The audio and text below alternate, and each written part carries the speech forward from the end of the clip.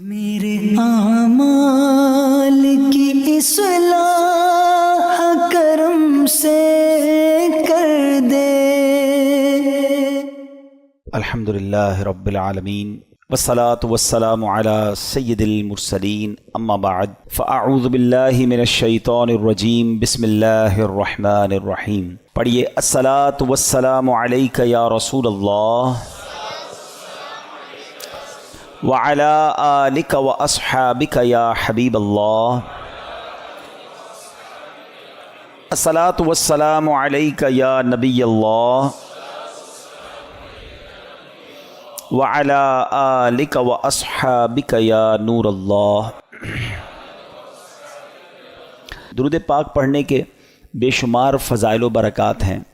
میرے آقا مدینے والے مصطفیٰ صلی اللہ تعالیٰ علیہ وسلم کا فرمان ہے، جب جمعرات کا دن آتا ہے تو اللہ تعالیٰ فرشتوں کو بھیجتا ہے جن کے پاس چاندی کے کاغذ ہوتے ہیں، سونے کے قلم ہوتے ہیں۔ اسپیشل پریپریشن ہوتی ہے فرشتوں کی آن دا ڈے آف تھرسڈے۔ کیا کرتے ہیں؟ چاندی کے کاغذ اور گولڈ کے، سونے کے قلم ہوتے ہیں۔ وہ لکھتے ہیں، اس دن لکھتے ہیں کہ کون یوم جمعرات اور شب جمعہ مجھ پر کثرت سے درود پاک پڑھتا ہے۔ یعنی آج اسپیشل ارینجمنٹ ہے خاص درود پاک پڑھنے والوں کے لیے، تو ہمیں جمعرات، پھر جمعرات کی رات، جمعے کا دن کثرت سے درود پاک پڑھنا چاہیے۔ مل کر محبت کے ساتھ درود پاک پڑھ لیں۔ صلو علی الحبیب صلی اللہ تعالی علی محمد صلی اللہ علیہ وآلہ وسلم۔ عاشورہ کا دن یہ کتنا ہسٹوریکل ڈے ہے، کیسے کیسے عظیم واقعات عاشورے کے دن ہوئے، اور پھر وہ واقعہ ہوا جو آج بھی مسلمانوں کو تڑپا دیتا ہے۔ کربلا کے میدان میں بھوکا پیاسا اور ظلم کے ساتھ نواسہ رسول امام حسین اور ان کے پورے قافلے کو جس طرح بے دردی سے شہید کیا گیا، اور جو ظلم کیا گیا وہ آج بھی سنتے ہیں تو دل دہل اٹھتا ہے۔ تو آج ہم کچھ امام حسین رضی اللہ تعالیٰ عنہ کی فضائل پر، اور اس کے بعد ان یزیدیوں کا کیا بنا۔ کربلا کے بعد تو وہ ایک طرح سے ون کر گئے تھے نا، اگر ہم فگرز کی بات کریں تو وہ اسٹریٹجیکلی تو ون کر گئے تھے، مگر پھر ہوا کیا؟ ان کو کیا وہ راس آئی وہ حکومت، اور کیا انہوں نے مزے کیے؟ کیونکہ وہ تو چاہتے تھے کہ امام حسین بھی یزید کی بیعت کر لیں، مگر اس کے بعد کنٹرول کیسا ملا اور ان کا نتیجہ کیا نکلا؟ بہت سارے درس ہیں ہمارے پاس آج کے بیان میں، اور یقیناً یہ دل کو افسردہ کرنے والی باتیں بھی ہیں۔ مگر اس سے پہلے میں کہ آپ کو پیر مہر علی شاہ صاحب، سبحان اللہ، جیسے سیدی اعلیٰ حضرت ہے نا، آئے ہائے، پیر مہر علی شاہ صاحب بھی کمال کی شخصیت ہیں۔ اللہ نے کمال کا عشق رسول عطا فرمایا اور کمال کا علم بھی عطا فرمایا۔ مگر آپ کا ایک واقعہ سنیے گا آپ۔ ایک بار ایک پادری آپ کے پاس آیا، عیسائیوں کا پادری تھا، اور وہ کہتا ہے کہ قرآن پاک میں آپ کا دعویٰ یہ ہے کہ تمام چیزوں کا ذکر ہے، ہر بات کی اس کے اندر جو ہے وہ ڈیٹیل موجود ہے، تو امام حسین تو آپ کے نبی کے نواسے ہیں، اور اسلام کی خاطر اتنی بڑی قربانی دی، کربلا کے میدان میں سب کچھ لٹا دیا، لیکن ان کا ذکر تو قرآن مجید میں موجود نہیں ہے۔ پیر مہر علی شاہ صاحب سے وہ کہتے ہیں، پیر مہر علی شاہ صاحب نے اس انگریز کا، اس پادری کا یہ اطمینان کے ساتھ اعتراض سنا، اور آپ نے کہا کہ کیا آپ نے قرآن پورا پڑھا ہے؟ وہ پادری کہتا ہے، ہاں میں نے پورا قرآن پڑھا ہے، اور قرآن میں اپنی جیب میں رکھ کے گھومتا ہوں، جو بکلیٹ تھی قرآن کی وہ ساتھ ہی رکھتا تھا۔ تو آپ نے فرمایا، اچھا ایسا کرو کہ قرآن پڑھو میرے سامنے، تم کہتے ہو ذکر نہیں ہے، میں تمہیں بتاتا ہوں کہاں ذکر ہے، قرآن پڑھو۔ کا کہاں سے پڑھوں گا؟ کہیں سے بھی پڑھو، قرآن جدھر سے بھی پڑھنا ہے پڑھو۔ وہ پادری حیران ہو گیا۔ اب قرآن اسٹارٹ کرنے سے پہلے اس نے پڑھی بسم اللہ الرحمن الرحیم۔ پیر مہر علی شاہ صاحب نے کہا بس رک جاؤ، بسم اللہ الرحمن الرحیم پڑھی ہے نا، تو اب غور سے سنو۔ اور آپ نے فرمایا کہ بسم اللہ شریف کے علم العادات کے لحاظ سے 786 اعداد ہیں، آپ بھی جانتے ہوں گے 786 یہ جو ہے نا اعداد بنتے ہیں، یہ ایک پورا علم ہے علم العادات کا۔ تو آپ نے فرمایا کہ نوٹ کرو، بسم اللہ الرحمن الرحیم میں 786 عدد ہیں، اور امام حسین جو لفظ امام حسین ہے اس کے عدد ہیں 210، لکھو اپنے پاس۔ امام حسین کا سن پیدائش ہے 4 ہجری، لکھو آگے 4۔ آپ کا سن شہادت 61 ہجری ہے، لکھو آگے 61۔ لفظ کرب و بلا کے جو عدد بنتے ہیں وہ بنتے ہیں 261، لکھو 261۔ امام حسن کے عدد بنتے ہیں 200. امام حسن کا شہادت جو سن ہے وہ ہے 50 ہجری. اب ان سب کو ٹوٹل کرو، جب اس نے ٹوٹل کیا تو اس کا رزلٹ بھی 786 آتا ہے. ہمارے علماء کا علم دیکھو. اب اس پادری کے سامنے آپ فرماتے ہیں ابھی تو ایک ہی آیت پڑھی ہے، اس میں امام حسین کا نام بھی موجود ہے، ان کی پیدائش کا سن کا ذکر بھی موجود ہے، امام حسین کی سال شہادت کا ذکر بھی موجود ہے، امام حسین کے بھائی جان امام حسن کا نام بھی موجود ہے. اس آیت سے پتہ چل گیا کہ یہ دونوں بھائی بھی ہیں. آگے چلو گے تو قرآن میں اور بھی اس طرح کے واقعات مل جائیں گے. اللہ اکبر. جب پادری نے بسم اللہ الرحمن الرحیم کی تفسیر کا یہ انداز پیر مہر علی شاہ صاحب سے سنا تو اس کا دل نور ایمان سے جگمگایا، وہ کلمہ پڑھ کر مسلمان ہو گیا. یہاں پر علم قرآن اور علماء کرام کو اللہ پاک نے کیسا مقام دیا ہوا تھا یہ بھی ہمیں سیکھنے کو ملتا ہے. اور سبحان اللہ، پھر نگاہ ولی میں وہ تاثیر دیکھی، بدلتی ہزاروں کی تقدیر دیکھی. اچھا پھر آگے یہاں پر یہ بھی یاد رہے یہ تو ایک علم العادات کے ذریعے جواب تھا، ورنہ بسم اللہ شریف کے اندر کیا کچھ موجود ہے. مولا علی شیر خدا کرم اللہ تعالی وجہ الکریم، آپ پتہ ہے کیا ہیں؟ آپ باب صلی اللہ کہلاتے ہیں. ہم نے منقبت میں سنا نا، وہی جن کو باب صلی اللہ کہیں. باب صلی اللہ کا مطلب کیا ہے؟ آقا فرماتے ہیں، حدیث پاک کا مضمون ہے، میں علم کا شہر ہوں اور علی اس کا دروازہ ہے. یعنی باب ہے اس شہر کے. تو آپ فرماتے ہیں کہ اگر میں چاہوں تو بسم اللہ کی تفسیر سے 70 اونٹ بھر دوں. یعنی اس کا مطلب یہ ہوا کہ اتنے کاغذوں پر اتنی بکس بن جائیں گی تفسیر کی، صرف بسم اللہ شریف کی، کہ 70 اونٹوں پر اس کو رکھا جائے گا تب جا کر کمپلیٹ ہوگی. تو یہ ہے قرآن اور یہ ہے علم القرآن جو ہمارے اسلاف کو معلوم تھا. مگر آج ہم قرآن سے بہت دور ہیں، ہم قرآن پڑھتے نہیں ہیں. اچھا یہ تو ایک فی البدی جواب تھا پیر مہر علی شاہ صاحب کا کہ جناب علم العادات سے یہ ذکر کیا، مگر قرآن مجید فرقان حمید میں اہل بیت اطہار کا صراحت کے ساتھ اور سبحان اللہ گویا ان کی شان اور ان کی منقبت قرآن بیان کرتا ہے. کتنی خوبصورت ایک آیت ہے قرآن پاک کی، پارہ 22 ہے، سورہ احزاب، آیت نمبر ہے 33. اللہ قرآن میں ارشاد فرماتا ہے انما یرید اللہ لیذھب عنکم الرجس اہل البیت ویطہرکم تطہیرا. ترجمہ، اے نبی کے گھر والوں، اللہ تو یہی چاہتا ہے کہ تم سے ہر ناپاکی دور فرما دے اور تمہیں پاک کر کے خوب صاف ستھرا کر دے. طبرانی اور مسلم شریف میں حدیث پاک میں ہے کہ پیارے آقا علیہ الصلوۃ والسلام نے حضرت علی، حضرت فاطمہ اور حسنین کریمین رضی اللہ تعالیٰ عنہم کو چادر مبارک میں لے کر یہ آیت تلاوت فرمائی. اور ایک روایت میں ہے کہ آپ علیہ الصلوۃ والسلام نے دعا کی، مولا یہ میرے اہل بیت ہیں، انہیں خوب ستھرا فرما دے. سبحان اللہ. اسی آیت کے بارے میں مولانا حسن رضا خان صاحب لکھتے ہیں نا، ان کی پاکی کا خدائے پاک کرتا ہے بیان. ان کی پاکی کا خدائے پاک کرتا ہے بیان، آیا تطہیر سے ظاہر ہے شان اہل بیت. یعنی ان کی شان قرآن بیان کر رہا ہے. تو امام حسین کا ذکر بھی ہو گیا نا، امام حسن کا ذکر ہوا، بی بی فاطمہ کا ذکر ہوا. اللہ اکبر. اور آگے چلیے ایک اور جگہ سورہ شورى آیت نمبر 23 میں اللہ ارشاد فرماتا ہے قُلْ لَا أَسْأَلُكُمْ عَلَيْهِ أَجْرًا إِلَّا الْمَوَدَّةَ فِي الْقُرْبَى. اللہ قرآن میں فرماتا ہے تم فرماؤ میں اس پر تم سے کوئی معاوضہ طلب نہیں کرتا مگر قرابت کی محبت. نبی پاک نے کیا فرمایا؟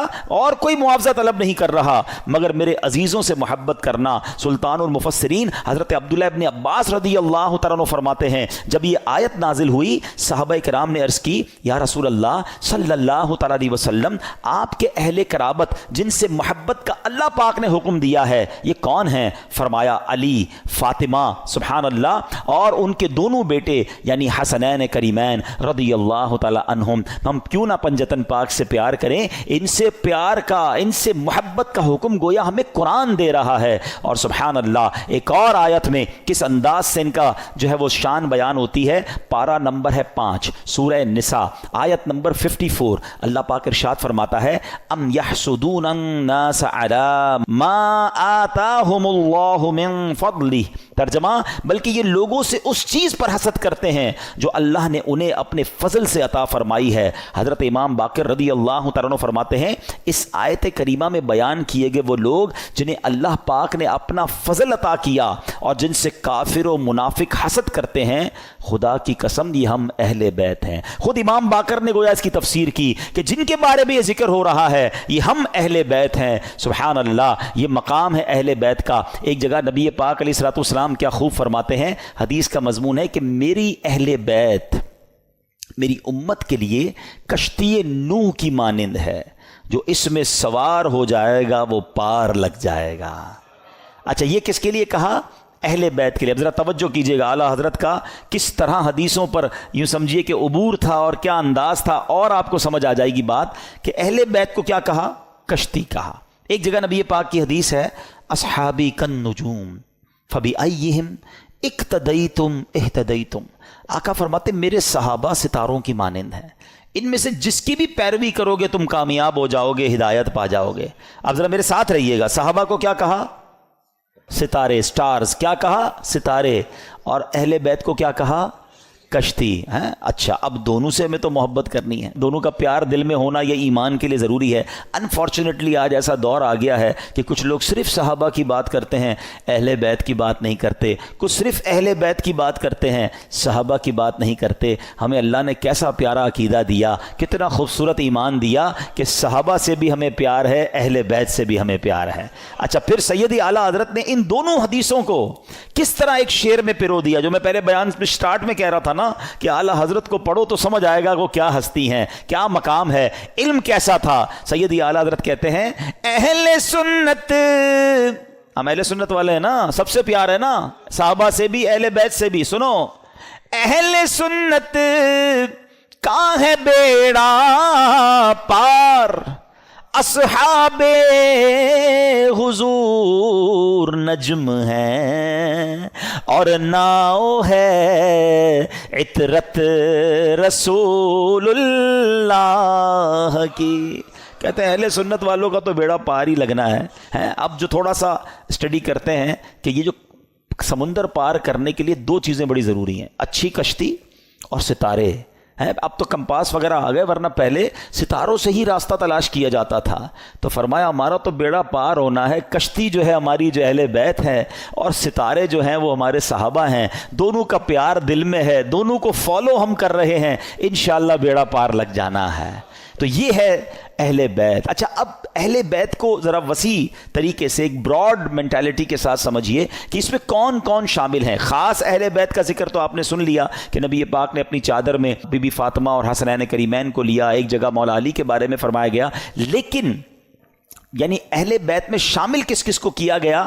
علماء فرماتے ہیں، اور بھی قرآن پاک کی چونکہ آیات ہیں، تو اہل کا معنی ہے والا اور بیت کا معنی ہے گھر. یعنی اہل بیت کا مطلب ہوا گھر والا.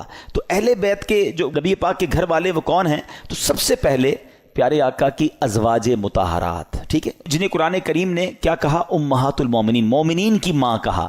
تو یہ پیارے آقا کے اہل بیت میں ہیں. پھر پیارے آقا علیہ السلام کی تمام اولاد پاک، آپ کے تمام شہزادے، چاروں شہزادیاں اور ان شہزادیوں کی اولاد، ان سب کو اہل بیت کہا جاتا ہے. سبحان اللہ. اور پھر بی بی عائشہ صدیقہ رضی اللہ تعالیٰ عنہ کا مرتبہ یہ ہے. اہل بیت میں تو ساری ازواج مطہرات ہیں، کیونکہ مولانا حسن رضا خان صاحب کی منقبت چل رہی تھی.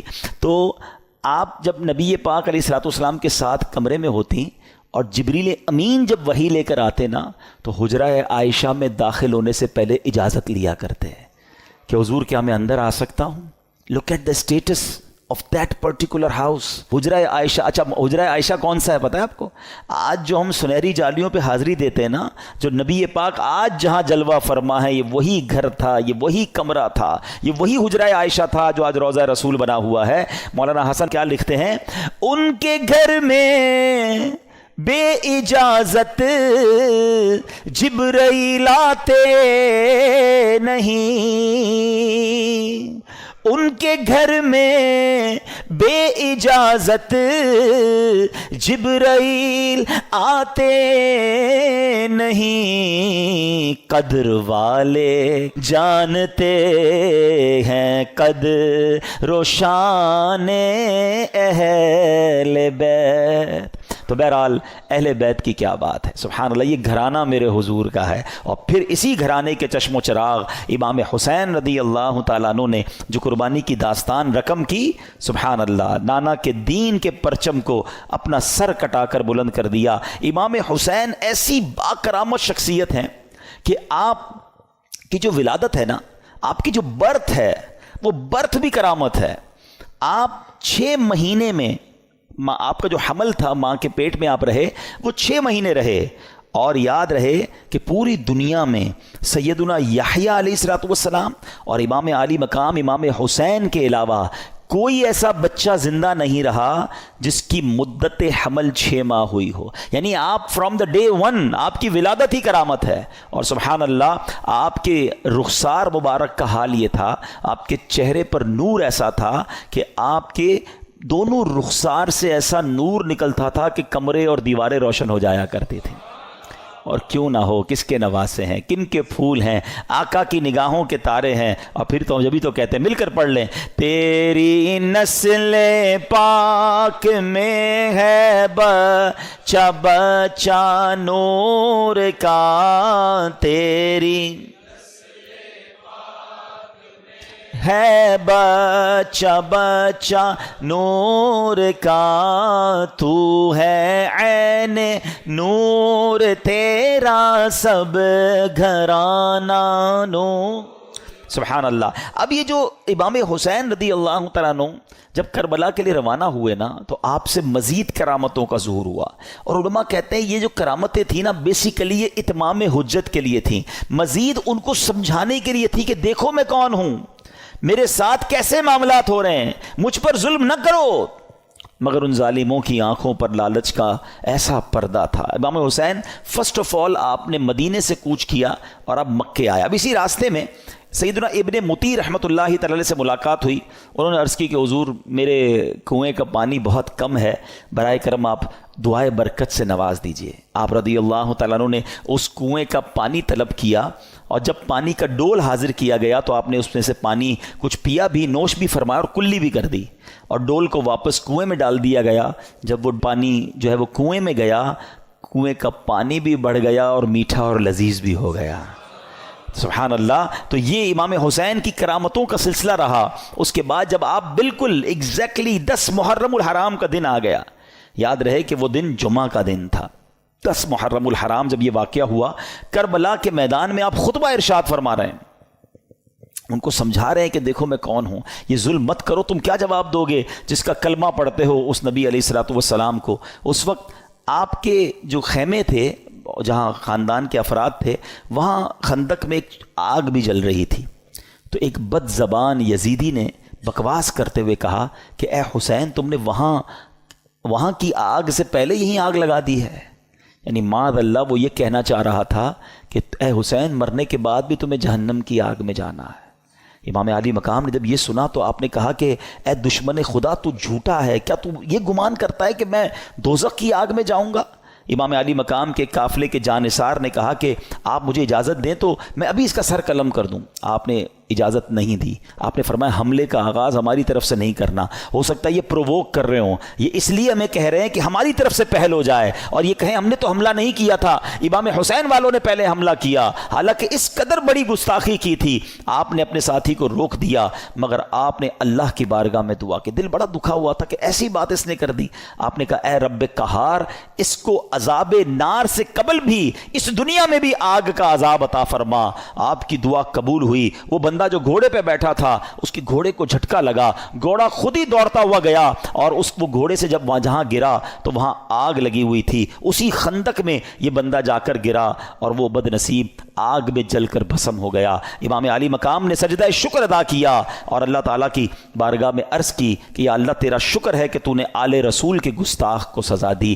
اب یہاں بھی ان کے سامنے یہ واقعہ ہو رہا ہے، سارے لوگ دشمن سامنے کھڑے ہیں، اور یہ آپ کی دعا قبول ہو رہی ہے, آپ کے گستاخ کو سزا مل رہی ہے, مگر وہ سمجھنے کے لیے تیار نہیں ہے, وہ انڈرسٹینڈ کرنے کے لیے تیار نہیں ہے. آپ یقین کریں, جو کربلا کے میدان میں امام حسین نے خطبہ دیا ہے نا ان یزیدیوں کے سامنے, لاسٹ خطبہ, حالانکہ اپنے سارے شہید ہو چکے تھے, مگر پھر بھی, حالانکہ اس وقت تو عام آدمی تو یہ سوچے کہ اب انہوں نے سب میرے بندے مار دیے, اب میں نے ان کو نہیں چھوڑنا. اب آخری وقت بھی سلو کی بات کرتے رہے, انہیں سمجھانے کی بات کرتے رہے, انہیں یہ بتاتے رہے کہ میں کون ہوں, یاد کرو میرے آقا مجھے کیا کہا کرتے تھے, تم قیامت کے دن اس ظلم کا جواب کیسے دو گے. یعنی یہ بھی امت رسول سے پیار ہے کہ یہ اس عذاب میں نہ گرفتار ہو جائیں. اتمام حجت کی گئی مگر وہ یزیدی نہ مانے. اب ایک بات ذہن میں آتی ہے, اب یہ بڑا اہم کوسچن ہے کہ یزیدی جو بھی تھے تو کلمہ پڑھنے والے, اللہ کو مانتے تھے, اللہ کے نبی کو مانتے تھے, معلوم بھی تھا یہ اللہ کے نبی کے نواسے ہیں. وہ ریزن کیا تھا جو اتنے بڑے ظلم پر یہ ریڈی ہو گئے؟ یہ ریزن پکڑنا بہت ضروری ہے, اور یہ ہم سب کو آج سیکھ کر جانا ہے. یعنی کوئی بھی محفوظ نہیں ہے. میں آپ کو تھوڑا سا آج کل کے زمانے کا ایک دو انسیڈنٹ بتا دیتا ہوں تاکہ آپ کو اندازہ ہو جائے. ہم لوگ سمجھ رہے ہوتے ہیں یار یہ یزیدیوں نے اتنا بڑا کام کر دیا, ہم تو کبھی بھی کوئی ایسی غلط حرکت نہیں کر سکتے. کوئی اپنے آپ کو محفوظ نہ سمجھے. ہاں, بیسک جو ان کے ریزن تھا نا وہ تھا لالچ, اور وہ لالچ تھی پیسے کی, اقتدار کی. جب یہ لالچ طاری ہوتی ہے نا انسان پہ, پہلے تھوڑا سا سمجھیے گا. آپ کو لگتا ہے یار مجھ پہ کچھ بھی ہو جائے میں ایسا ظلم تھوڑی کر سکتا ہوں, کتنا بھی پیسہ مجھے کوئی دے دے میں جان دے دوں گا, کبھی کسی کو قتل نہیں کروں گا, نواسہ رسول تو بہت دور کی بات ہے. یہ بولنا اور ہے, لیکن ایک وقت آتا ہے جب انسان کے دل پر شیطان کا قبضہ ہو جاتا ہے. آپ پڑھتے ہیں خبریں, 5 سال کے بچے اور 4 سال کی بچی کے ساتھ جو واقعات ہو رہے ہیں, کیا کوئی خوشی سے کرتا ہے یہ کام؟ ذرا سوچئے, جب وہ یہ کام کر جاتا ہوگا اس کے بعد خود اس کو کتنی ندامت ہوتی ہوگی, یہ میں نے کیا کر دیا. پھر اسی وجہ سے بچنے کے لیے اس بچی کو قتل بھی کر دیا جاتا ہے. یعنی یہ واقعات ہم سنتے ہیں تو ہماری عقل حیران ہو جاتی ہے کہ یہ انسان تھا یا درندہ تھا. میں آپ سے یزیدیوں کی تو بات نہیں کر رہا, آپ کے وطن میں رہنے والوں کی بات کر رہا ہوں. اس کا مطلب کیا ہوا؟ ایٹ دیٹ ٹائم جب وہ یہ عمل کر رہا تھا اس کا دل شیطان کی مٹھی میں تھا, اس کو ہوس نے اندھا کر دیا تھا. تو یہ واقعات مجھے اور آپ کو یہ سوچنے پر مجبور کرتے ہیں کہ کوئی اپنے آپ کو محفوظ نہ سمجھے. یہ ایک لمٹ ہوتی ہے انسان کی. ایک حدیث پاک ہے نا, بڑی مشہور حدیث پاک ہے جس کا مضمون ہے کہ جب بندہ ایک گناہ کرتا ہے نا, میرے ینگسٹر ذرا غور سے سنیں, ایک گناہ کرتا ہے اس کے دل پر ایک بلیک ڈاٹ لگ جاتا ہے, گناہ کرتا رہتا ہے, پھر دل پورا سیاہ ہو جاتا ہے. اب اس پر ہدایت کی کوئی بات اثر نہیں کرتی. یہ جو روز شراب پیتے ہیں, جناب پارٹی کرتے ہیں, حرام کام کرتے ہیں اور گندی چیزیں دیکھ رہے ہوتے ہیں, دوستوں میں بیٹھے گناہ کر رہے ہوتے ہیں, نمازیں قضا کر رہے ہوتے ہیں, اپنے آپ کے بارے میں یہ ضرور سوچ رہے ہوتے ہیں کہ میں اتنا بھیانک کام نہیں کروں گا, مگر ایک وقت آتا ہے کہ دل سیاہ ہو جاتا ہے. اب وہ دل ہے شیطان کے ہاتھ میں, وہ ایسے کام کروا سکتا ہے کہ آپ تصور بھی نہیں کر سکتے. یار بندہ ماں کو قتل کر دیتا ہے, ہم نے نہیں سنے واقعات, کیسے پاسبل ہے کہ اپنی ماں کو مار دے. لیکن ایک لمٹ ہوتی ہے, اس کے بعد انسان جب اوور لمٹ ہوتا ہے تو شیطان جو چاہے اس سے کروا لیتا ہے. تو اللہ سے توبہ کرتے رہا کرو, اور اس کا بیسٹ طریقہ یہ ہے کہ گندے اور برے ماحول سے اپنے آپ کو بچائیں. جو ایسے لوگوں میں اٹھتے بیٹھتے ہیں نا جو ہر وقت حرام چیزوں کی باتیں کر رہے ہوتے ہیں, یار پیسہ ہونا چاہیے تبھی زندگی میں مزہ ہوگا, جدھر سے بھی آتا ہے آنے دو, بس پیسہ بڑھنا چاہیے, ابھی تو ہم نے وہ رکھنا ہے, ابھی تو ہم نے وہ لینا ہے. میں ایک جگہ بیٹھا تھا, یہ باتیں ہو رہی تھی, میں نے کہا یار کیا کریں گے اتنا پیسہ؟ تو ایک بندہ کہتا ہے میں نے تو خواب دیکھا ہوا ہے 6,000 کروڑ کی یاچ لوں گا. وہ کیا ہوتا ہے, کوئی پانی کے اندر کوئی جہاز ہوتا ہے؟ اب میں نے کہا یار دیکھو کراچی کے رہنے والے نے بھی ایسا خواب دیکھا ہے. اب اتنے بڑے جس نے خواب دیکھے ہیں تو پھر اس کو کہاں سے قناعت اور کہاں سے صبر آئے گا؟ اللہ کی رضا پر راضی رہنا ہم کب سیکھیں گے؟ تو بہرحال میرے پیارے اسلامی بھائیوں, سوچو اس بات کے, یہ کیسے, اس ریزن کو پکڑیے. یزیدیوں کے ایسا کیا ہو گیا تھا کہ یہ اندھے ہو گئے تھے؟ آج بھی بندہ اندھا ہوتا ہے. ہاں, ظلم کرنے والے نہیں دیکھے آپ نے؟ بندوں کو ڈرل کرتے ہیں, ہاتھ پیر کاٹتے ہیں, قتل کر دیتے ہیں, پیسے چاہیے قتل کرنے کے لیے, تو وہ کیسے تیار ہو جاتے ہیں؟ ان کا دل سیاہ ہو گیا. اب ان سے کچھ بھی کروا لو. یہ شراب ہے نا, اس کو ام الخبائث کہا گیا, برائیوں کی ماں. یہ وہ چیز ہے کہ اس کا جو عادی ہو جائے, اب شراب کے علاوہ بھی عجیب نشے آ گئے, نشے میں گرفتار جو ہوا نا, اب اس کو ماں بہن کی بھی تمیز نہیں ہے, اس کو کسی کی بھی تمیز نہیں ہے, وہ کر جائے گا جو کوئی سوچ ہی نہیں سکتا. اور اس کے بعد وہ خود بھی شرمندہ ہوگا کہ یہ میں نے کیا کیا، نشے میں تھا. تو یہ وہی بات ہے کہ بندہ جب برائی کی طرف جاتا ہے تو ایک کے بعد دوسری، دوسری کے بعد تیسری، تیسری کے بعد چوتھی. یہ غور کیجئے، یہ بات ہمیں یہ سمجھنی ہوگی کہ ہمیں اپنے آپ کو گناہوں سے بچانا ہے، ورنہ یزیدی راستے پر چلنے میں دیر نہیں لگتی جس کو پیسے کی لالچ نے گھیرا ہوا ہے. اچھا ایک اور عجیب بات بتاؤں میں آپ کو، ہم دل کو عربی میں کیا کہتے ہیں؟ قلب. کیا کہتے ہیں؟ امراض قلب لکھا ہوتا ہے نا، قلب موٹے کاف سے. اس کا مطلب کیا ہے؟ میننگ آف قلب منقلب ہونے والا، بدلنے والا. یہ جو دل ہے نا یہ بدلتا رہتا ہے. اب میں آپ کو کچھ ایگزامپلز دیتا ہوں، آپ کو سمجھ آئے گی میری بات. کبھی کبھی ہمارے دل پر ایسا خوف طاری ہو جاتا ہے اللہ کا، آنسو بہتے ہیں، بندہ کہتا ہے یار بس اب کوئی گناہ نہیں کروں گا. یہی دل ہے، یہی ہم ہیں. کبھی کبھی اسی دل پر گناہ کرنے کا اتنا جنون سوار ہو جاتا ہے کہ بندہ کہ کچھ بھی ہو جائے میں نے یہ گناہ کرنا ہے. ارے تھوڑے دنوں پہلے تو رو رہا تھا. کبھی کبھی اس دل پر ایسی کیفیت طاری ہوتی ہے سخاوت کی کہ بندہ کہتا ہے بس یار سارا ہی مال اللہ کی راہ میں دے دو، جتنا دینا ہے دے دو. کبھی کبھی اسی دل پر ایسی بخل طاری ہوتا ہے، بندہ کہتا ہے 1 روپیہ خرچ نہیں کروں گا. ارے کبھی کبھی یہ دل اتنا رحم دل ہو جاتا ہے کہ بندہ بچے کے ساتھ بھی بیٹھ کے نرمی سے بات کر رہا ہوتا ہے، پیار کر رہا ہوتا ہے. اور کبھی کبھی یہ دل اتنا سخت ہو جاتا ہے کہ بندہ کسی پر رحم کرنے کے لیے تیار نہیں ہوتا. یہ ساری کیفیتوں میں ہم گزرتے ہیں. ہاں ہم سب گزر رہے ہوتے ہیں. کبھی عشق رسول کی کیفیت ہوتی ہے، کبھی یاد مدینہ کی کیفیت ہوتی ہے، اور کبھی برے برے خیالات آ رہے ہوتے ہیں. یہ کیا ہے؟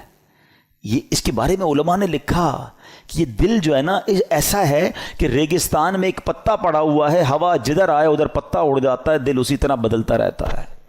اور اب اس کنسیکوینس کو ذہن میں رکھ کے اب میرے آقا کی دعا سنو.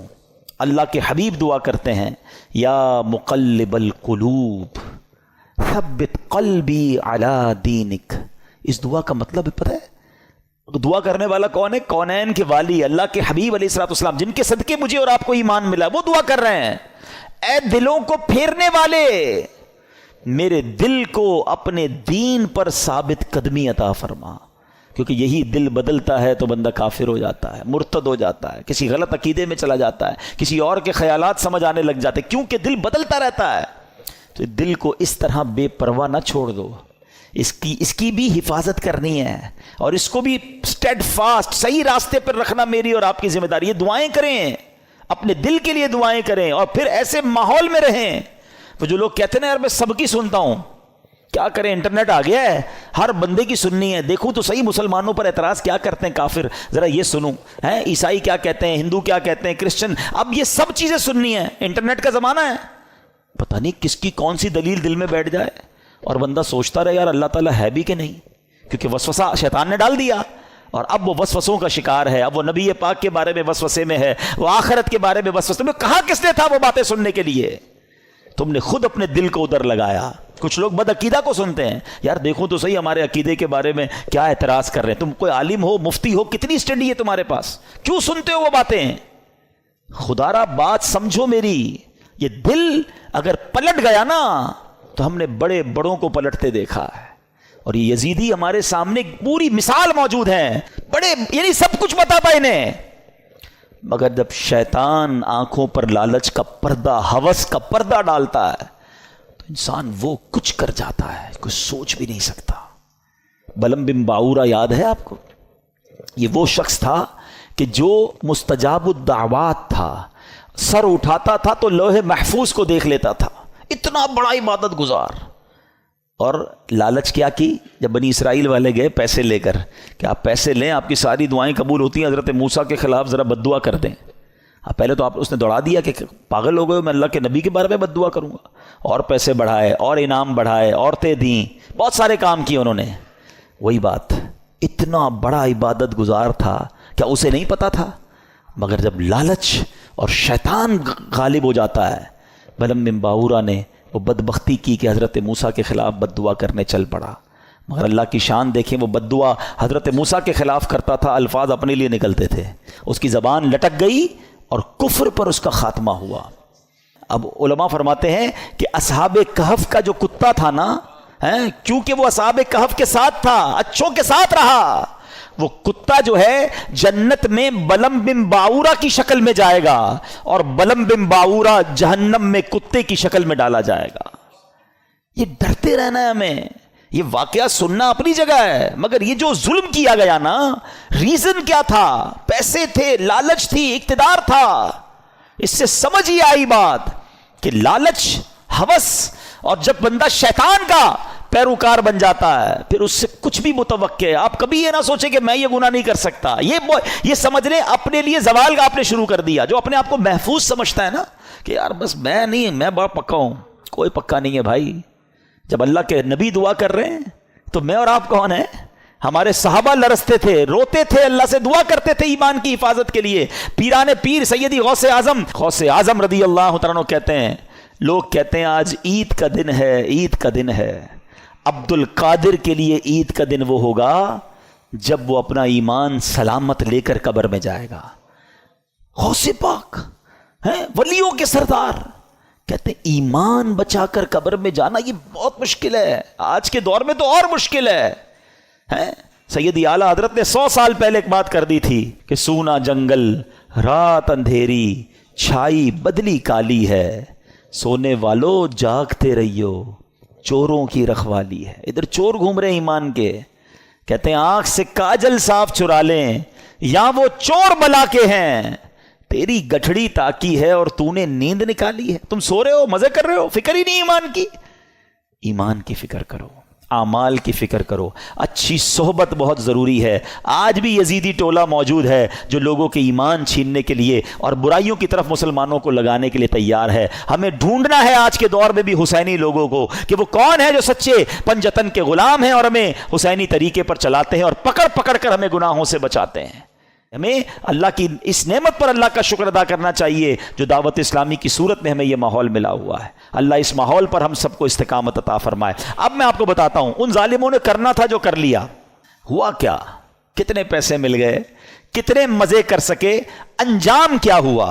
یاد رہے کہ جس بدبخت خولی بن یزید نے امام حسین کا سر انور تن سے جدا کیا تھا نا، سر سے کاٹا تھا معاذ اللہ، چند ہی برس کے بعد اس کا کیا انجام ہوا کہ مختار ثقفی، اب اس کے بارے میں آگے جا کے بتاتا ہوں، اس شخص نے قاتلین امام حسین کے لیے ایک آرڈر نافذ کیا اور کہا کہ کربلا کے میدان میں جو بھی یزیدی لشکر میں تھا وہ جہاں پایا جائے اسے مار ڈالا جائے. یہ حکم سن کر کوفہ کے جفا شعار سورما بصرہ بھاگنا شروع ہوئے. مختار کے لشکر نے ان کا تعقب کیا، جدھر جو ملا اس کو کاٹ ڈالا، اس کو مار ڈالا. خولی بن یزید وہ خبیث تھا جس نے امام علی مقام کے سر انور کو تن سے جدا کیا تھا. یہ بھی گرفتار ہوا، مختار کے پاس لایا گیا. مختار نے آرڈر کیا دیا، دونوں ہاتھ دونوں پیر پہلے کاٹے جائیں، پھر سولی پر چڑھایا جائے اور پھر آگ میں جھونک دیا جائے. اس طرح لشکر ابن سعد کے تمام کو شریروں کو بڑے جس کو کہیں کہ صحیح طریقے سے ہلاک کیا گیا. 6000 کوفی جو امام علی مقام کے قتل میں شریک تھے ان کو طرح طرح کے عذابوں کے ذریعے ہلاک کیا گیا.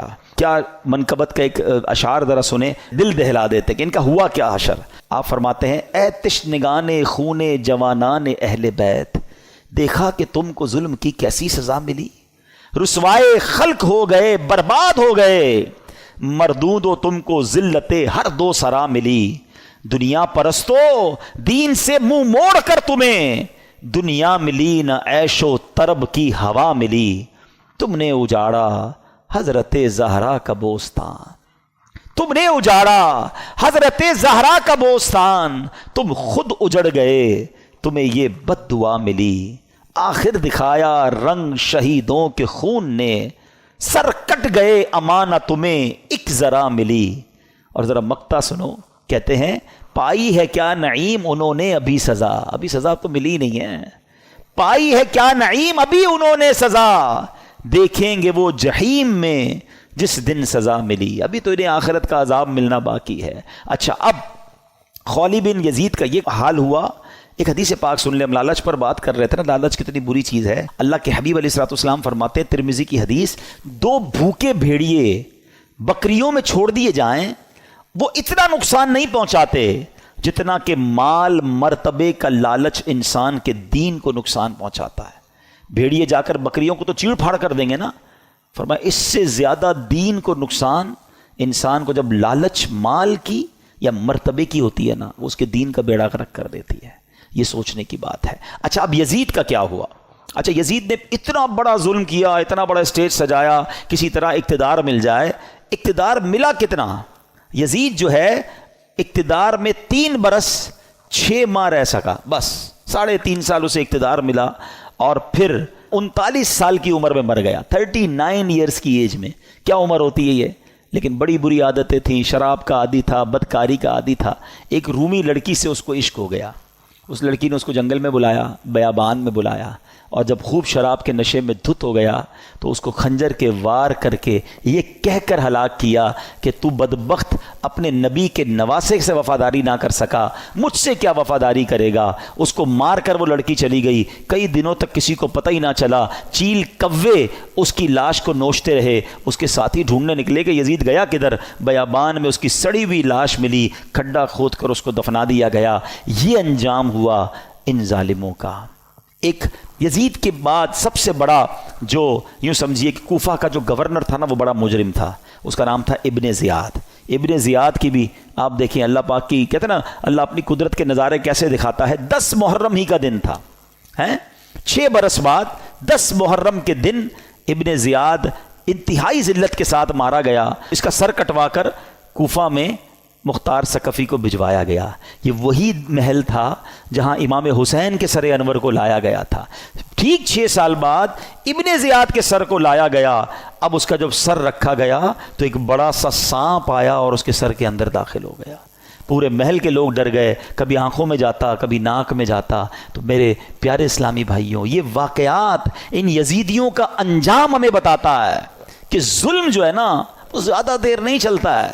اگر دنیا میں آج بھی کوئی ظلم کر رہا ہے، کسی کا مال دبایا ہوا ہے، کسی کا حق دبایا ہوا ہے، کسی کی زمین پہ قبضہ کیا ہوا ہے، کسی کو ویسے ہی ڈرا رہا ہے، وہ یہ نہ سمجھے کہ یہ پائیدار ہے. ظالم کا انجام جو ہے نا وہ بڑا ہی عبرتناک ہوتا ہے. پھر دنیا تماشا دیکھتی ہے، اور مظلوم جو ہے اللہ اسے ترقی دیتا ہے، اللہ اسے عروج دیتا ہے. قرآن مجید فرقان حمید میں اللہ کریم نے ظالموں کے بارے میں کیا فرمایا؟ اللہ فرماتا ہے کذالک اخذ ربک اذا اخذ القری وہی ظالمہ ان اخذہ علیم شدید. اللہ فرماتا ہے اور ایسی پکڑ ہے تیرے رب کی جب بستیوں کو پکڑتا ہے ان کے ظلم پر، بے شک اس کی پکڑ دردناک کر رہی ہے. اللہ جب پکڑتا ہے نا تو پھر اس کی لاٹھی بے آواز ہے. پھر پتہ چلتا ہے ظالموں کو کیسے تتر بتر ہو جاتے ہیں. بڑے بڑے ظلم کرنے والے آئے، ان کا نام لینے والا کوئی نہیں ہے. تو میرے میٹھے اسلامی بھائیوں، ظالم ہونا یہ یزیدی طریقہ ہے، مظلوم ہونا یہ حسینی طریقہ ہے. کبھی ظلم ہو بھی جائے نا تو ظلم کا بدلہ ظلم سے نہیں دیا جاتا. اس نے ہمارے بندے مارے، ہم اس کے بندے مار دیں. آج کل یہی ہو رہا ہے، دشمنیاں چلتی ہیں. ہمارے یہاں نہیں تو کبھی قبائلی علاقوں میں چلے جائیں. ہمارا جب دورہ ہوتا ہے بلوچستان میں اور اندرون سندھ میں تو پتہ چلا وہ خاندانی اور قبائل کی لڑائی چل رہی ہے. انہوں نے ہمارے بندے مارے، اب ہم ان کے ماریں گے. اسی چکر میں زندگیاں گزر گئیں. ختم کریں ان چیزوں کو. ظلم کرنے والا کبھی کامیاب نہیں ہوتا. اللہ مظلوم کے ساتھ ہوتا ہے، مظلوم کی دعا سنی جاتی ہے. تو ہمیں اللہ ہمیشہ ظلم سے محفوظ فرمائے کہ انشاءاللہ ہماری وجہ سے کسی مسلمان کو تکلیف نہیں پہنچے گی. ہم تکلیف سہ لیں گے، صبر کر لیں گے، لیکن کسی کو تکلیف نہیں پہنچائیں گے، کیونکہ امام حسین کے پیچھے پیچھے جنت میں جانا ہے نا انشاءاللہ. اللہ پاک ہمیں کربلا والوں کا فیضان نصیب فرمائے اور ان کی قربانیاں اور ان کی مزارات پر کروڑوں رحمتوں کی بارش نازل فرمائے اور ان کے